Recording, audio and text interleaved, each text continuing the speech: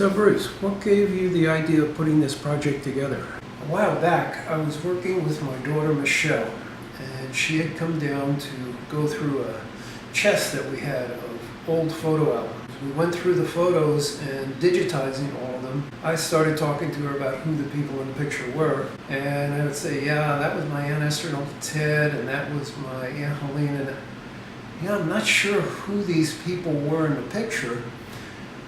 I'm going to have to ask somebody about. And all of a sudden I realized there was nobody else to ask. I'm the last generation, and there was literally nobody that I knew who we could go to and say, who are these people in the picture?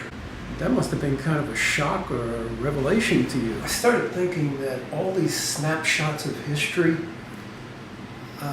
would just kind of fade away, and our current generation would not even know who they were and what kind of a role they played in our family history. Do your kids know about most of these photos? I'm sure most of the kids would know who a lot of these people were, but some of them, they'd have no idea, and had no idea about their great-grandparents' history. So I thought it would probably be a good idea to try and pass this down to other generations. So you decided to put a PowerPoint together with a few hundred slides and then make a video and get everybody to watch it.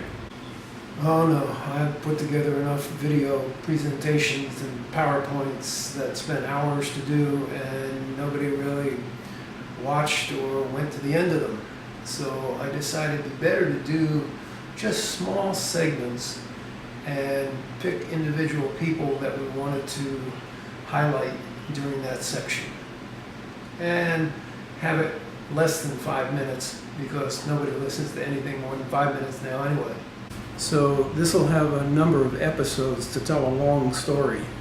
Well, that's the plan, but looking at these pictures that range from more than my lifetime, it reminded me that you don't always see how God works in your life and those around you. But looking back over a longer period of time, you can see how God was working out a plan with the people in our past and the people in our present and people in the future. That Jesus is really the author and the finisher of this story. And I want to be able to show people how God has worked in our lives.